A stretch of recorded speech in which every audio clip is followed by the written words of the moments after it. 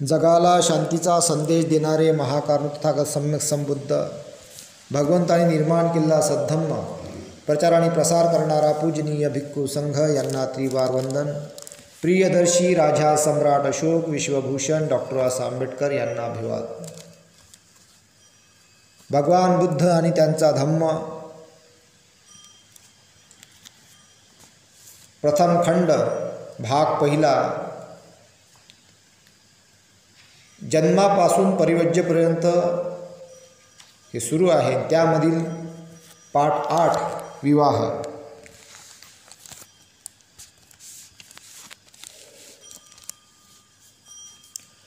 विवाह. दंडपाणी नावाचा एक शाक्य होता. दंडपाणी नावाचा एक शाक्य होता. त्याला यशोधरा नावाची एक मुलगी होती.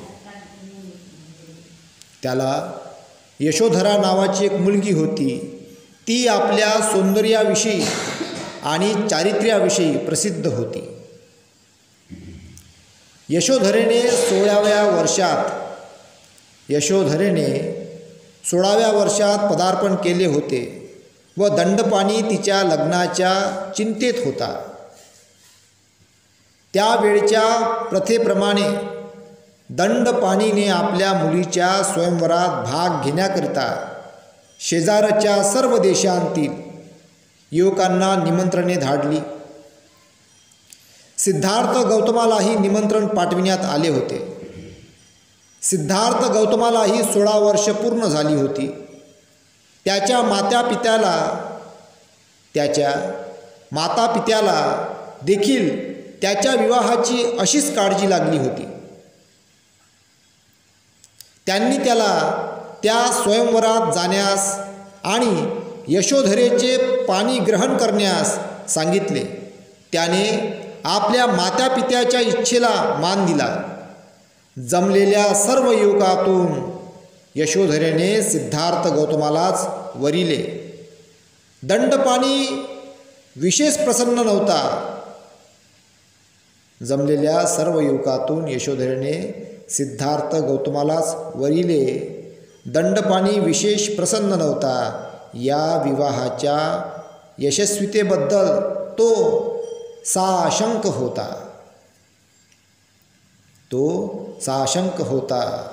त्याला वाटले सिद्धार्थाला साधू मुनींच्या सहवासाचे विशेष वेड आहे. त्याला एकलकोंडे राहणे आवडते. तो एक यशस्वी गृहस्थ कसा होऊ शकेल? प्रश्न. तो एक यशस्वी गृहस्थ कसा होऊ शकेल? सिद्धार्थाखेरीज कुणालाही वरणार नाही असा निश्चय केलेल्या यशोधरेने आपल्या पित्याला विचारले, साधूंच्या व तपस्व्यांच्या सहवासात राहणे हा काय अपराध आहे? साधूंच्या व तपस्व्यांच्या सहवासात राहणे हा काय अपराध आहे? यशोधरेला तसे मुळीच वाटत नव्हते. सिद्धार्थ गौतमाखेरीज कुणाशीही लग्न करणार नाही असा आपल्या मुलीने केलेला निश्चय ओळखून यशोधरेच्या मातेने हा विवाहास संमती देण्यास दंडपाणीला सांगितले. दंडपाणीने तशी संमती दिली. गौतमाच्या प्रतिस्पर्ध्यांची यामुळे निराशा तर झालीच, परंतु आपला अपमान झाला असे त्यांना वाटले. त्यांना वाटले की त्यांच्या बाबतीत सारखा न्याय मिळण्याच्या दृष्टीने यशोधरेने निवड करताना काही परीक्षा घेतली पाहिजे होती, पण तिने तसे काही केले नाही. त्यावेळी ते स्वस्थ बसले. त्यांना वाटले दंडपाणी यशोधरेला सिद्धार्थ गौतमाची निवड करू देणार नाही आणि त्यामुळे आपला हेतू साध्य होईल. परंतु दंडपाणी जेव्हा या बाबतीत अयशस्वी झाला तेव्हा त्यांनी धीर करून अशी मागणी केली की धनुर्विद्येचे कौशल्य दाखविण्याची परीक्षा घेतली जावी. दंडपाणीला त्यांच्या मागणीला कबूल व्हावे लागले. सुरुवातीला सिद्धार्थ या बाबतीत तयार नव्हता. तेव्हा त्याने असा नकार दिल्यास त्याचा पिता, त्याचे कुळ व सर्वात अधिक यशोधरा यांना लाजेने खाली मान घालण्याचा कसा प्रसंग येईल हे त्याचा सारथी छन्य याने त्याच्या निदर्शनाला आणून दिले. त्याच्या या म्हणण्याचा सिद्धार्थाच्या मनावर फारच परिणाम झाला व त्याने त्या स्पर्धेत भाग घेण्याचे कबूल केले. स्पर्धा सुरू झाली. प्रत्येक स्पर्धकाने आपली पाडी येताच आपले कौशल्य दाखविले. गौतमाची पाडी सर्वांच्या शेवटी आली, परंतु त्याची बिनचूक निशाणबाजी सर्वश्रेष्ठ ठरली. तदनंतर विवाह समारंभ झाला. शुद्धोधन व दंडपाणी ह्या दोघांनाही आनंद झाला. त्याचप्रमाणे यशोधरेला व महाप्रजापतीलाही अत्यानंद झाला. विवाह होऊन अनेक वर्ष लोटल्यावर यशोधरेला एक पुत्र झाला. त्याचे नाव राहुल असे ठेवण्यात आले. अशा प्रकारे विवाहाचा हा प्रसंग आहे. पुत्राला वाचविण्याच्या पाठ 9 पुत्राला वाचविण्याच्या पित्याच्या योजना व एक हिवाळ्यात राहण्यासाठी हे तिन्ही राजमहल विलासी जीवनाला उत्तेजक अशा सर्व प्रकारच्या साधनांनी सुसज्ज करण्यात आले होते. प्रत्येक महालाभोवती विविध जातींच्या वृक्षांची आणि फुलांची मनोहारी रचना केलेली विस्तृत असे उद्यान होते. आपल्या कुटुंबाचा पुरोहित उदयीन यांच्याशी सल्लामसलत करून राजाने राजपुत्रांसाठी अतिसुंदर युवतींनी युक्त अशा अंतपुराची व्यवस्था करण्याचा विचार ठरविला. तेव्हा शुद्धोधन राजाने जीवनातील सुखोपभोगासाठी राजकुमाराला वश कसे करून घ्यावे याचा त्या सुंदरींना सल्ला देण्यास उदयीनास सांगितले. अंतपुरात ठेवावयाच्या स्त्रियांना एकत्रित करून उदयीनाने त्यांनी राजकुमाराला वश कसे करून घ्यावे याची त्यांना प्रथम माहिती दिली.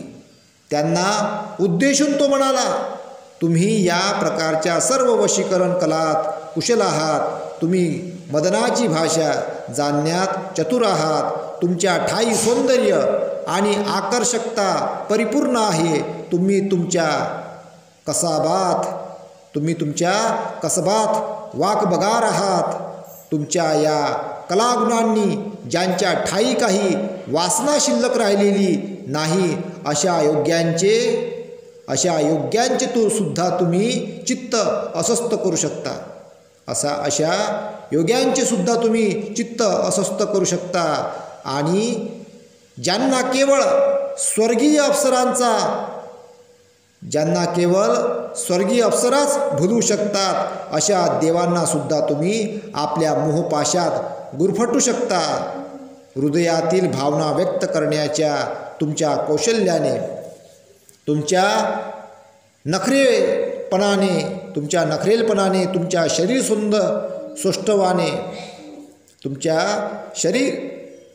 सौष्ठवाने आणि अकृत्रिम अशा लावण्याने तुम्ही जर स्त्रियांनाही मोहित करू शकता तर मग पुरुषांना तुम्ही किती सहज अंकित कराल. आपापल्या क्षेत्रात अशा प्रकारे कुशल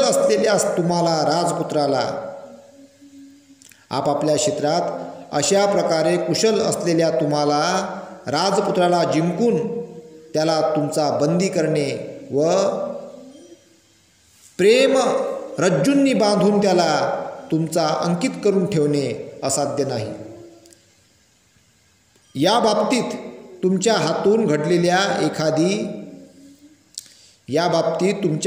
घडलेली एखादी भित्रेपणाची कृती, लज्जेने डोळे मिटवणाऱ्या एखाद्या नववधूला शोभेल. लज्जेने डोळे मिटणाऱ्या एखाद्या नववधूला शोभेल, पण तुम्हाला ती शोभणार नाही. निसंशय हा वीर पुरुष आपल्या पराक्रमामुळे महान आहे, परंतु तुम्हाला त्याचे काय? स्त्रीचे सामर्थ्य त्यापेक्षाही मोठे आहे. हाच तुमचा दृढ निश्चय असू द्या. प्राचीन काळी ज्याला जिंकणे देवांनाही कठीण होते, अशा एका महान तपस्व्याला काशीतील एका सौंदर्यवती वेश्येने लाथा मारून झिडकारून आपल्या पायी लोळण घेत ठेवले होते. आणि महान तपस्वी विश्वामित्राला तो तपश्चर्येत निमग्न असतानाही घृताची नावाच्या अप्सरेने 10 वर्षे जंगलात आपला बंदी करून ठेविला होता. यासारख्या अनेक तपस्व्यांना जेथे स्त्रियांनी कवडीमोल केले, तेथे ज्यांचे यवनपुष्प प्रथमच उमलत आहे, अशा कोमल राजकुमाराची काय कथा? हे असे असल्यामुळे तुम्ही धीटपणाने असे प्रयत्न करा की राजकुळाची वंशपरंपरा सिद्धार्थाकडून खुंटणार नाही. सामान्य स्त्रिया सामान्य पुरुषाला अंकित करतात, परंतु त्याच खऱ्या स्त्रिया की ज्या असाधारण स्वभावाच्या पुरुषांना जिंकतात. अशा प्रकारची व्यवस्था केली का माया पोरगाबा, माया राजकुमार हा राज्य सोडून नाही गेला पाहिजे. एवढी मोठी धनसंपत्ती, एवढं मोठं वैभव, एवढं मोठं सुंदर पत्नी, सुंदर मुलगा हे सोडून नाही गेला पाहिजे. म्हणून राजानं काय केलं, आपल्या पोराला मोहात ठेवण्याकरता सुंदर सुंदर स्त्रिया सोडल्या त्याच्यासोबत बोलण्यासाठी, त्याला मोहित करण्यासाठी 3 महाल बांधले असं सर्व त्या काळामध्ये शुद्धोधन राजाने तशी सोय केली होती. पुढे राजपुत्राला वश करण्यात स्त्रियांचे अपयश. उदयनाचे हे शब्द त्या स्त्रियांच्या हृदयाला लागले. उदयनाचे हे शब्द त्या स्त्रियांच्या हृदयाला लागले व राजपुत्राला वश करण्यासाठी आपले सर्व सामर्थ्यपणास लावण्याचा त्यांनी निश्चय केला. तथापि त्यांच्या भ्रूकुटी, त्यांचे कटाक्ष, त्यांचे नखरे, त्यांचे हसणे, त्यांच्या नाजूक हालचाली हे सर्व काही त्यांच्या ठायी असून सुद्धा त्या अंतपुरवासिनी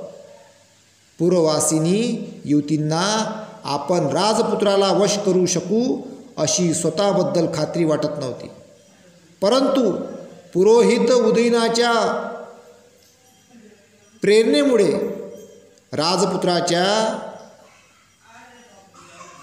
कोमल स्वभावामुळे आणि मादकता व कामभावना यांच्या प्रभावाच्या जाणीवेमुळे थोड्याच वेळात त्यांचा आत्मविश्वास जागृत झाला. नंतर त्या स्त्रिया आपल्या कामगिरीस लागल्या. हिमालयाच्या अरण्यात हत्तीनीच्या कळपासमवेत हत्ती जसा फिरत असतो, तशा त्या उपवनात त्या आपल्या समवेत राजपुत्रास हिंडावयास लावू लागल्या. स्त्रियांच्या समवेत तो राजपुत्र त्या मनोहर उद्यानात सूर्य जसा अप्सरांना घेऊन आपल्या राजोद्यानात फिरावा, सूर्य जसा अप्सरांना घेऊन आपल्या राजोद्यानात फिरावा तसा शोभून दिसत होता.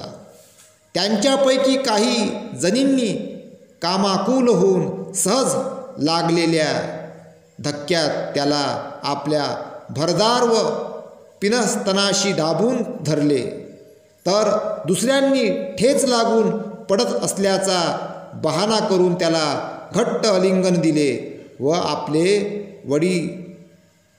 वडीसारखे गोडस हात त्याच्या खांद्यावर लोंब कळत सोडून त्यांच्यावर वाकल्या. तोंडाला मद्याचा वास येत असलेल्या दुसऱ्या जणी आपल्या ताम्र रंगाच्या अधरोष्टांनी त्याच्या कानात पुटपुटल्या, माझं गुपित ऐकावं बरं का. ज्यांची शरीर उठण्यांनी ओली झाली होती. अशा काही जणी त्याचे दोन्ही हात आतुरतेने घट्ट धरून जणू काय त्याला हुकूमच करीत म्हणत होत्या, आमचा पूजाविधी येथेच करा. मद्य पिऊन जिगल्यांचे सोंग करणारी दुसरे एक तिचे निळे वस्त्र पुन्हा पुन्हा खाली सरकत असताना आपली जीभ दाखवित अशी उभी होती की रात्री चमकणाऱ्या विद्युलतेप्रमाणे ती चटकन नजरेत भरत होती. काही जणी आपल्या सोन्याच्या पैंजणांच्या आवाज करीत तलम वस्त्रात झाकलेली आपली अंगे त्याला दाखवीत इकडे तिकडे फिरत होत्या. दुसऱ्या काही जणी अग्रवृक्षांची फांदी हातात धरून सुवर्ण कलशाप्रमाणे दिसणारे आपले उरोज मुद्दाम दाखवीत उभ्या होत्या.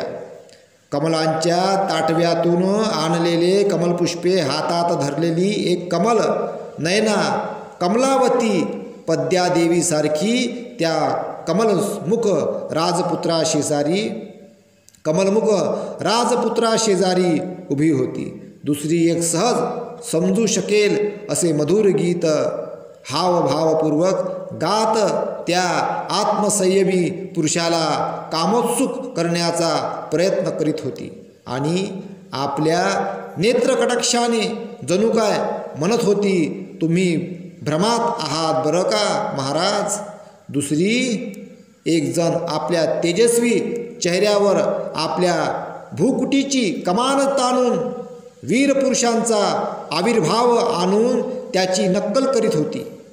जिच्या कानातील कुंडले वाऱ्याने सारखी हालत होती अशी उत्फुल्ल उरोज असलेली दुसरी एक यौवन त्याच्याकडे पाहत मोठमोठ्याने हसून जणू काही सांगत होती, जमत असेल तर पकडा मला.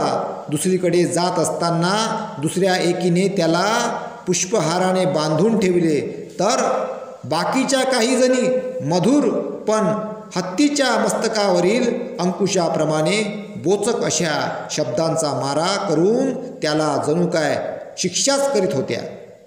त्यांच्याशी वाद घालण्याची इच्छा बाळगणाऱ्या दुसऱ्या एकीने आंब्याच्या मोहरांची डहाळी हातात धरून विषय वासनेने बेभान झालेल्या स्थितीत त्याला विचारले, हे कुणाचे फुलं आहे?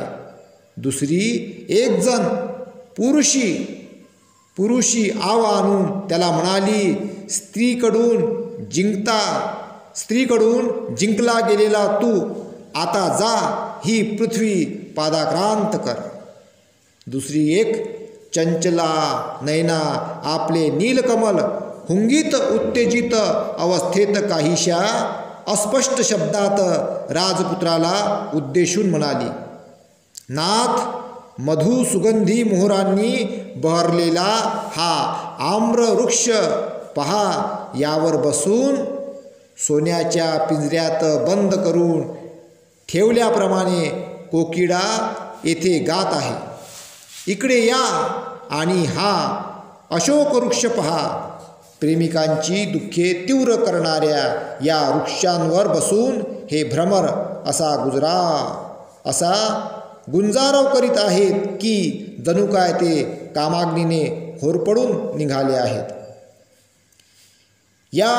हा आम्रवृक्षाच्या कोमल डहाळीने अलिंगिलेला तिलक वृक्ष तर पहा, जणू काय हळदीची उटी लावलेल्या युवतीने शुभ्र वस्त्र परिधान केलेल्या पुरुषास आलिंगन दिले आहे. हा फुललेला कुरवक पहा, रक्तचंदन रसासारखा ताजा आणि टवटवीत दिसणारा हा वृक्ष जणू काय रमणीच्या नख्यांच्या रंगापुढे आपण फिके आहोत असे वाटून खाली वाकला आहे.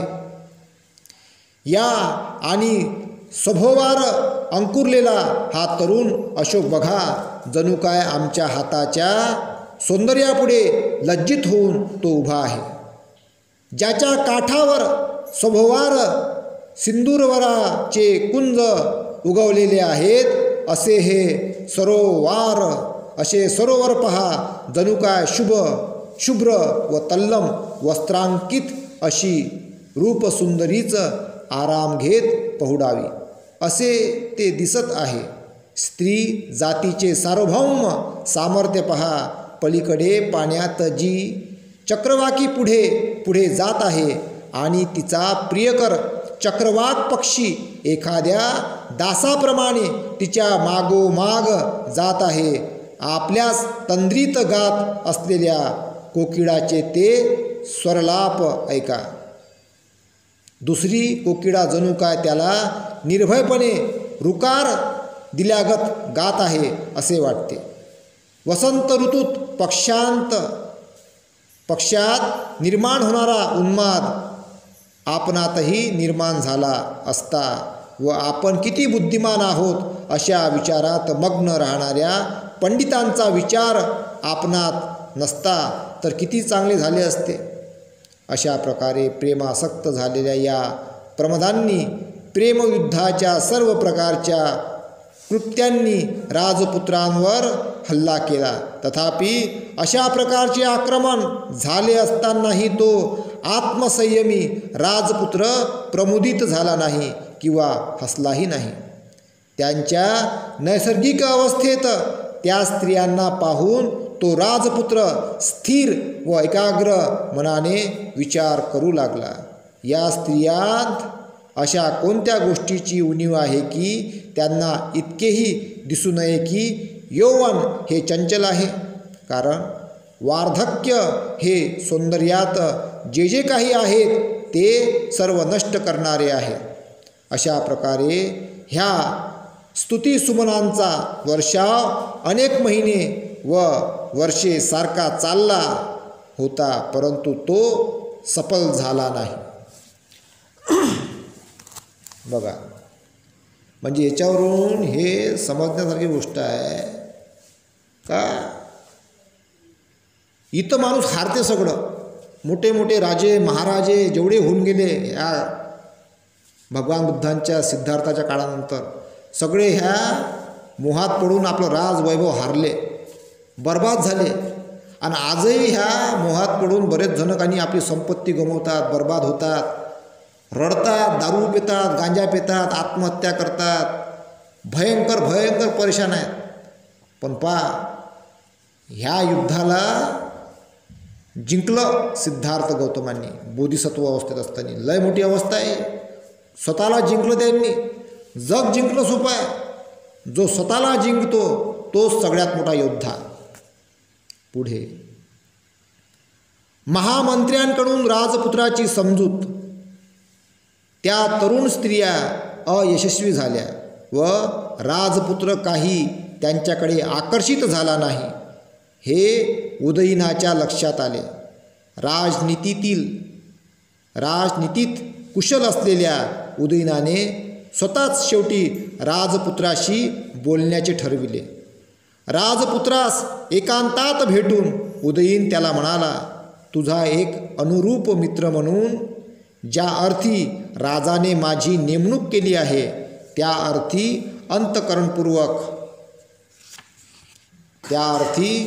अंतःकरणपूर्वक मित्रभावनेने तुझ्याशी बोलण्याची माझी इच्छा आहे असे म्हणून उदयीनाने सुरुवात केली.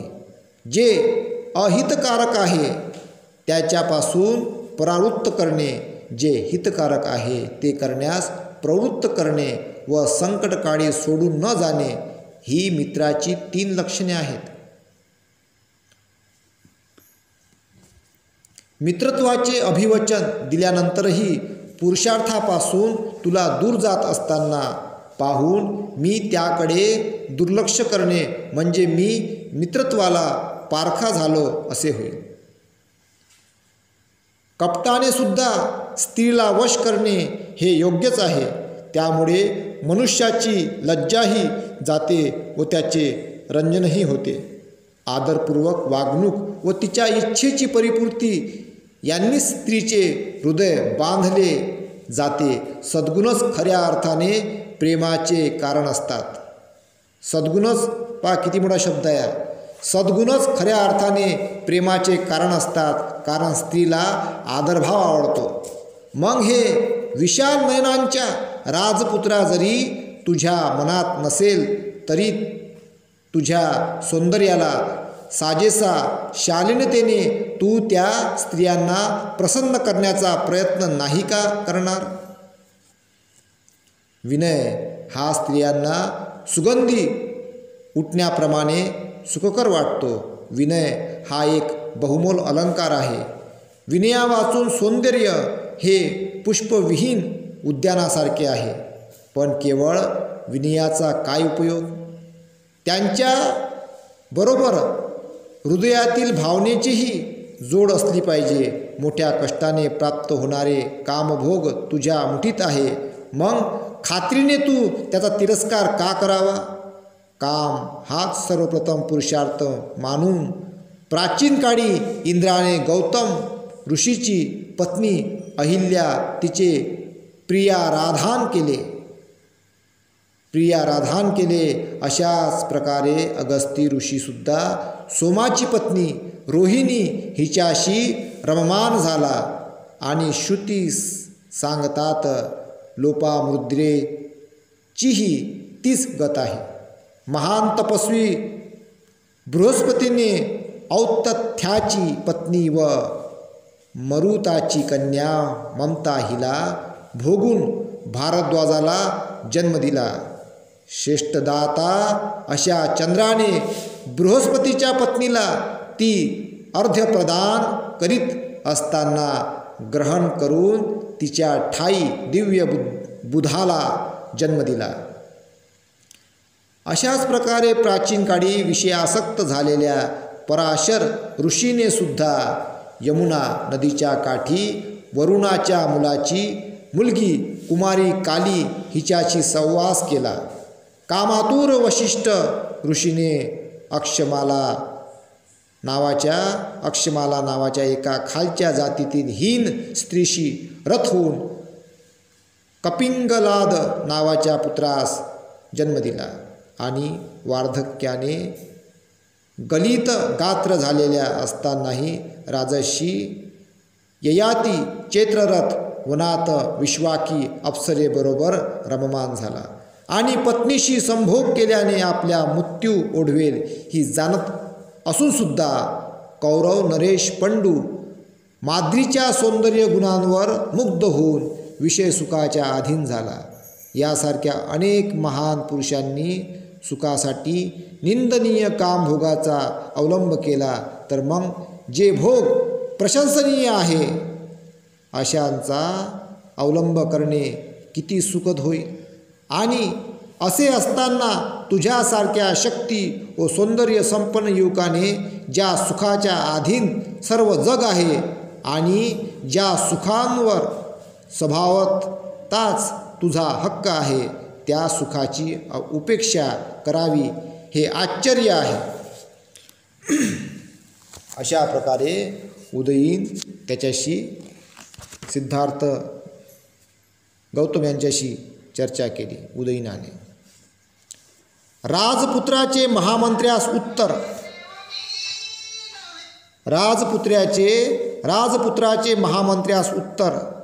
पवित्र परंपरेने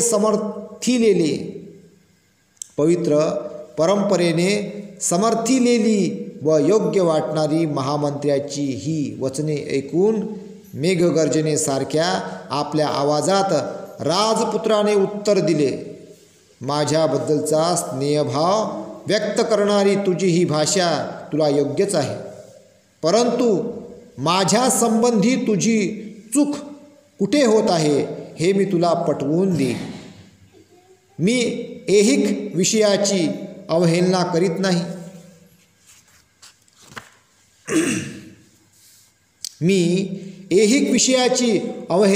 नाही. सर्व मानव मात्र त्यात गुरफटलेले आहेत हे मला माहीत आहे, पण हे जग अनित्य आहे याची जाणीव असल्यामुळे माझे मन त्यात रमत नाही.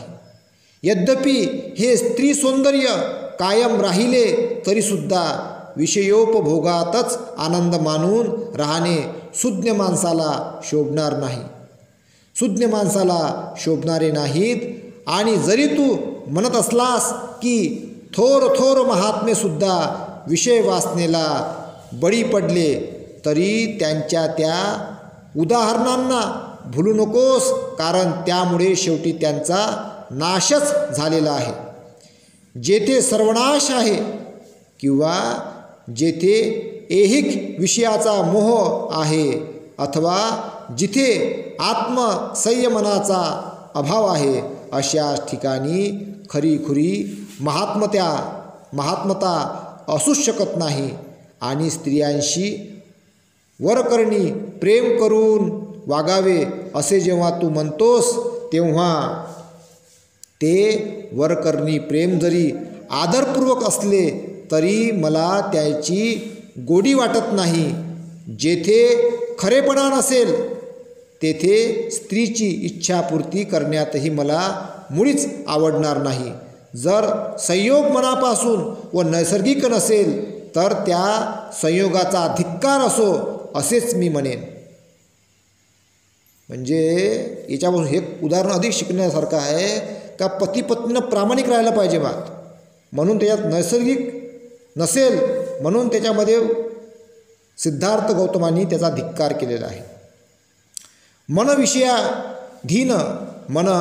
विषयाधीन झाले असले, मिथ्य तत्वावर विश्वास ठेवणारे असेल, विषय वस्तूचे दोष न पाहणारे असेल, तर मग अशी वंचना करून घेण्यात काय अर्थ आहे. आणि विषय वासनेचे बळी जर एकमेकांची फसवणूक करू लागले तर ते पुरुष आणि त्या स्त्रिया एकमेकांकडे पाहण्यासही अपात्र आहेत. असेच नाही का. या गोष्टी अशा असल्यामुळे मला खात्री आहे की अशा नीच विषय भोगाच्या कुमार्गाकडे तू मला नेणार नाहीस. राजपुत्राच्या या दृढ संकल्पाने उदयीन निरुत्तर झाला आणि त्याने ही सर्व हकीकत त्याच्या पित्याला राजा शुद्धोधनास निवेदन केली. आपल्या पुत्राचे मन सर्व प्रकारच्या विषयभोगांपासून परावृत्त असल्याचे जेव्हा शुद्धोधनाला समजले, तेव्हा त्याला त्या संबंध रात्री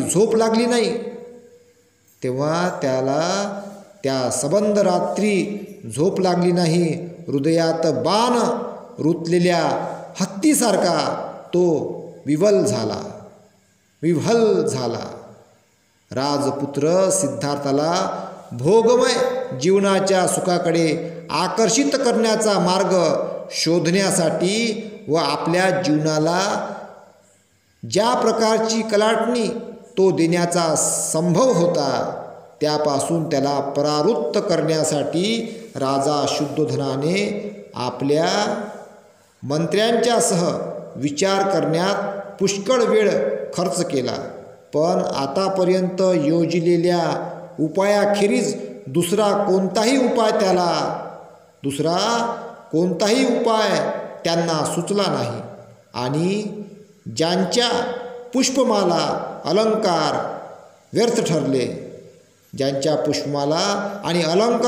ठरले, ज्यांचे हावभाव व लाडीगुडी निष्फळ ठरली, अशा आपले रतिभाव हृदयात लपवून ठेवलेल्या त्या युवतींचे ते अंतपुर विसर्जित करण्यात आले. बघा, म्हणजे सगळ्या प्रकारचे प्रयत्न केले. म्हणजे सिद्धार्थ गौतमाला त्या याच्यात गुरफटून ठेवण्याचे सर्व प्रकारचे प्रयत्न झाले, पण ते पुरे निष्फळ झाले. कारण त्यांनी त्याच्यामधून एक शिकण्यासारखं हे आहे का बा पती पत्नींनी प्रामाणिक राहिलं पाहिजे. त्यानंतर त्याच्यामधून शिकण्यासारखं हे आहे का त्यांचं त्या बुद्धाकडे जाण्याचा जो मार्ग आहे तो मार्ग किती महान आणि विशाल आहे. एक कडी जीवनाची एक परीक्षा ते पूर्ण पास करत त्यांनी पुढे वाटचाल केली. नाही त्या काळामध्ये जे संन्यासी होत होते ते मग त्याच्यामध्ये हे होऊन ते मग गृहस्थ होत होते, फिसलून जात होते, बर्बाद होत होते. पण सिद्धार्थ गौतमांनी ते बोधिसत्व असल्यामुळे त्यांनी प्रत्येक परीक्षा पास केली. तर आपण आता इथेच थांबूया.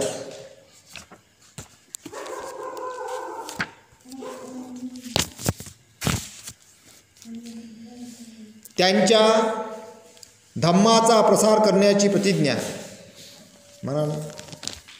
त्यांच्या धम्माचा प्रसार करण्याची प्रतिज्ञा आपण करूया. जीवसृष्टी आहे असीम, ती भवसागर पार नेण्याची प्रतिज्ञा आपण करूया. आपणात दोष असंख्य हे नष्ट करण्याची प्रतिज्ञा आपण करूया.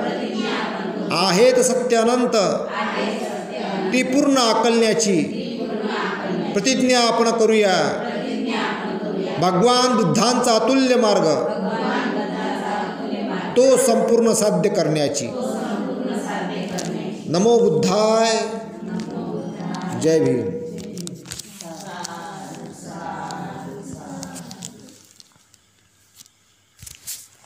शरणत्य. सब पाप सकरणं कुशलस उपसंपदा सचित्त परियोदपनं येतं बुद्धान शासनं धम्मं चरे सुचरितं नत्तं दुचरितं चरे धम्मचारी सुखं सेति अस्मि लोके परमि च न तावता धम्मधरो यावता बहुभासति योच अपंपि सुत्वानं धम्मं कायेन पश्यति सवे धम्मधरो होति यो धम्मं न पमज्जति. नत्थि मे शरणं अय्यं बुद्धो मे शरणं वरं एतेन सच्चवज्जेन होतु मे जयमङ्गलं. नत्थि मे शरणं अय्यं धम्मो मे शरणं वरं एतेन सच्चवज्जेन होतु मे जयमङ्गलं. नत्थि मे शरणं अय्यं संघो मे शरणं वरं एतेन सच्चवज्जेन होतु मे जयमङ्गलं. नमो बुद्धाय, नमो धम्माय, नमो संघाय. सभ्येतियो विवज्जन्तु सब्ब रोगो विनाशतु माते भवतु अंतरायो सुखी दीर्घायुको भव. अभिवादनशीलच्चं नित्यं वड्डापचायनो चत्तारो धम्मा वर्धन्ति आयु वन्नं सुखं बलन्ति. सर्वांचं कल्याण हो, सर्वांचं मंगल हो.